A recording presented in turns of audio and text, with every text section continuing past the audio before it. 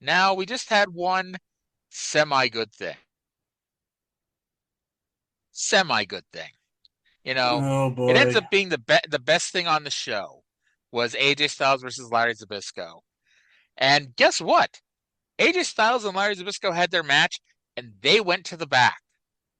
There was nothing immediately after that featured AJ Styles and Larry Zbyszko. So, hey, they finally fucking accomplished that. So I'm going to call that a winner of a segment, even though it really wasn't. I'm going to give them the little teeniest, tiniest little bit of benefit there.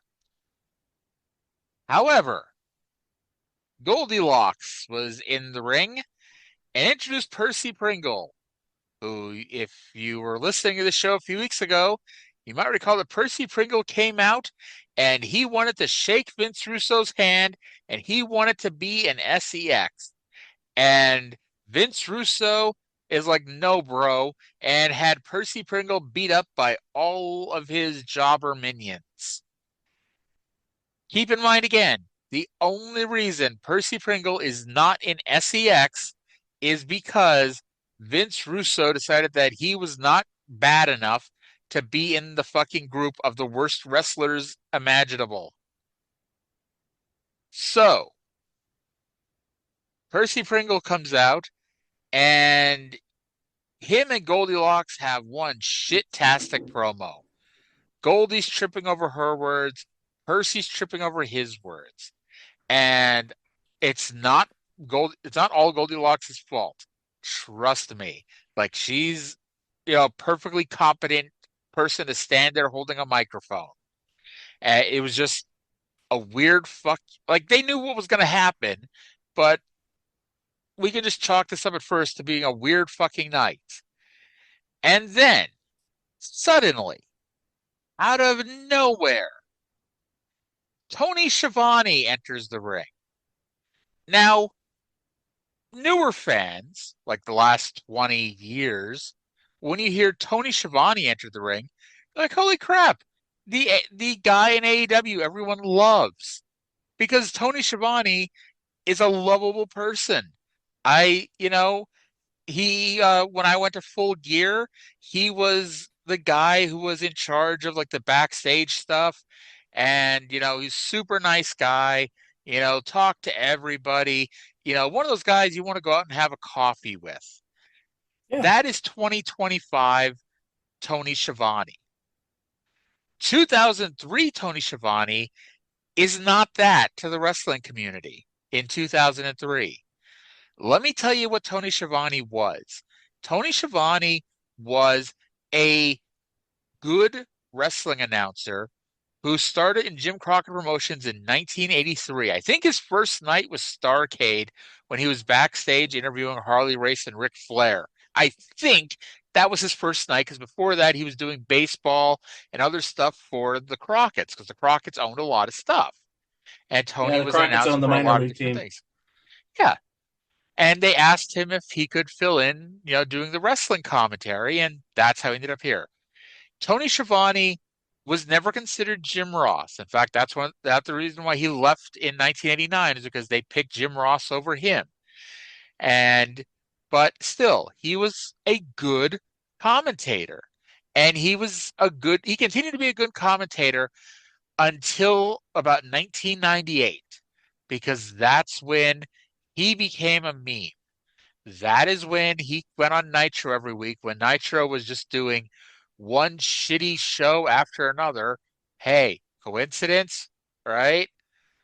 When he went on those Nitros and said that this show was the greatest night in the history of our sport, and he said that every fucking week for like a year to the point where he had to have known that this was becoming a meme, even though meme wasn't a thing at the time. But, essentially that's what it was. And then he went on TV with, by the way, he did not come up with this. Eric Bischoff told him to say this. He went on TV and tried to ruin Mick Foley's big night when he announced that Mick Foley was going to win the world title and then laughed at a joke like Mick Foley winning the world title. And he tried to make that a bad night for Mick Foley and it backfired on him. And Mick Foley made sure that everyone remembered that Tony Schiavone did that. And then Tony Schiavone was the WCW announcer through the worst period of WCW. And whatchamacallit. And then all the stories came out. After WCW went out of business, there's a reason WWE never tried to hire Tony Schiavone.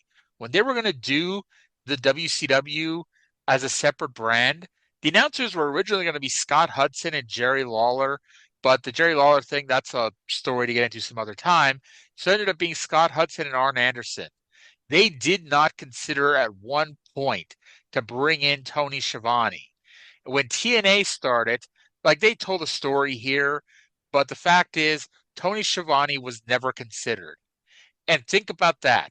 The announce team on June 19th, 2002 was Mike Tenay, who professor of pro wrestling, highly respected, great announcer, etc. And his two colleagues were Ed Ferrara, who had never done commentary before, and Don West, who until 2 weeks earlier had never been to a pro wrestling show before. They decided that Ed Ferrara and Don West, with zero experience, were better options to do the wrestling commentary than Tony Schiavone. That is how Tony Schiavone was looked at the time. And that's why Schiavone, you heard the stories. He went and got a job at Starbucks for the benefits. You know, he was out of the wrestling business for 18 years. You know, he became a Major League Baseball scorekeeper, like literally. Like and apparently he made enough money on his buyout of his WCW contract that he never had to work again. He basically did it to get out of the house. So it wasn't as if like he was really crying because, TNA didn't call him. You know what I mean? Yeah. Um, and so until like Schiavone was like a joke to the wrestling business until Major League Wrestling brought him in like 2018. Like nobody had thought about bringing in Tony Schiavone to do wrestling commentary until Court Bauer did, a year or two before AEW became a thing.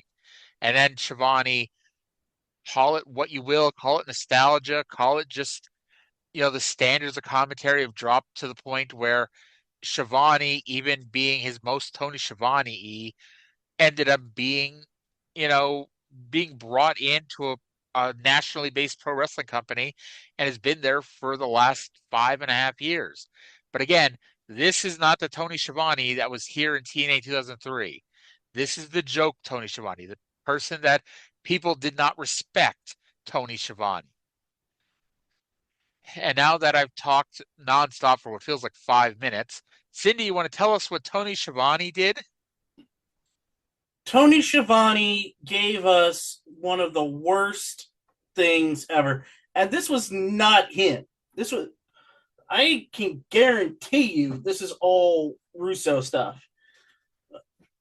He says he respects Percy Pringle. He's a legend, watched him in World Class and Florida. And then turns around and says, I've never seen someone kiss so much ass the way you did with Russo a few weeks ago. And Percy was all bewildered, and everybody was bewildered. It was like, what the hell is this coming from?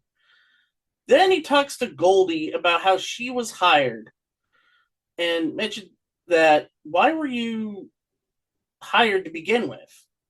And he was like, tits and ass. That's all you're hired for. And he had the line about Goldylocks says, oh, Goldylocks, like, who's been sleeping in my bed? Pretty much saying that Goldylocks was a whore when it's essentially been acclimated throughout the entire run of TNA that, if anything, Goldylocks is approved.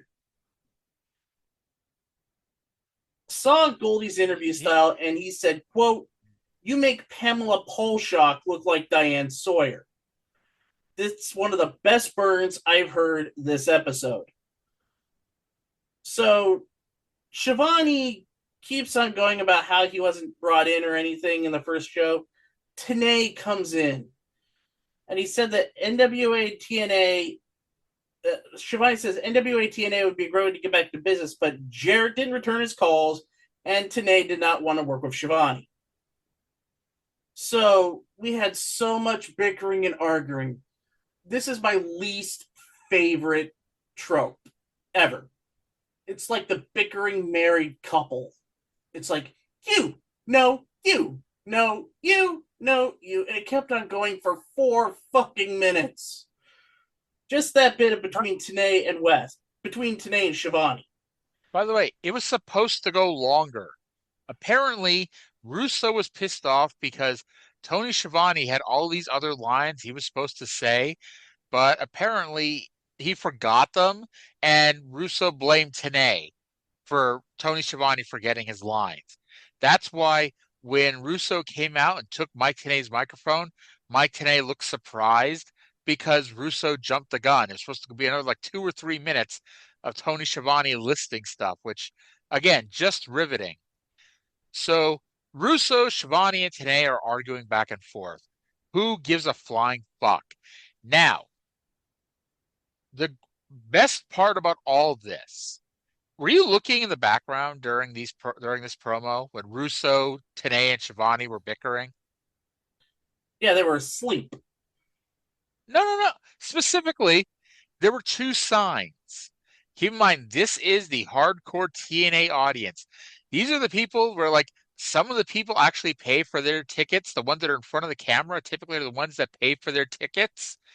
Oh yeah, this These sign. these people who pay for their tickets came to the show with two signs, and they held them up for the whole world to see. In between Russo and Tenay and Schiavone, first was a big ass sign in big ass letters saying, "Who cares?" And to be honest, it was not like this well put together sign where, like, oh, they traced it out and they colored it in. If you told me this guy had a black marker in his pocket and he wrote it on a thing that he already brought in with him, I'd fucking believe you. And then next So to would I. him, next to him was another guy who held up a sign saying, "The nonstop action has stopped." That is the best sign I have seen throughout this entire run that we did. 'Cause, yeah, and here's a spoiler alert. And I mean, mind you, Tony comes back a couple more times on this episode. Tony Schiavone's one and done. He did not like this. He did not like being a heel. He didn't like standing in the ring and fighting with Mike Tenay about stupid bullshit nobody cares about. He did not like this at all, and he told people backstage he wasn't coming back. And the whole ride back to Atlanta, because the Vince Russo crew, were the ones that gave him the ride. So Russo, BG James, Glenn Gilberti, Mike Sanders, the entire way back, they were all trying to convince Schiavone that this was great and that he needs to come back next week. Well, Schiavone, in perhaps the smartest thing he had done in years up to this point, never came back again.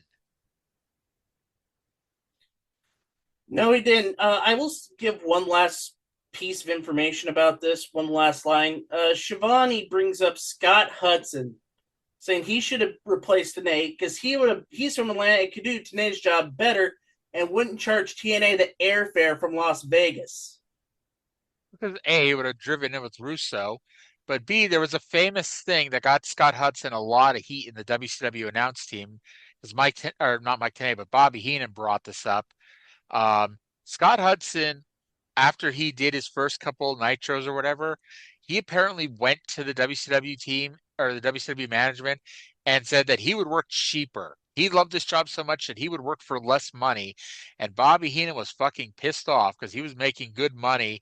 And Scott Hudson's there basically undercutting him, you know, driving down his value. And so yeah, Scott Hudson, who had a real job with the federal government, which is why, you see Scott Hudson, we'll see him a couple times at TNA over the years, but this is why Scott Hudson never really did anything outside of WCW run. He got a good government job and was smart enough to not give it up. It's like how Don Callis went and got an MBA after leaving after ECW died.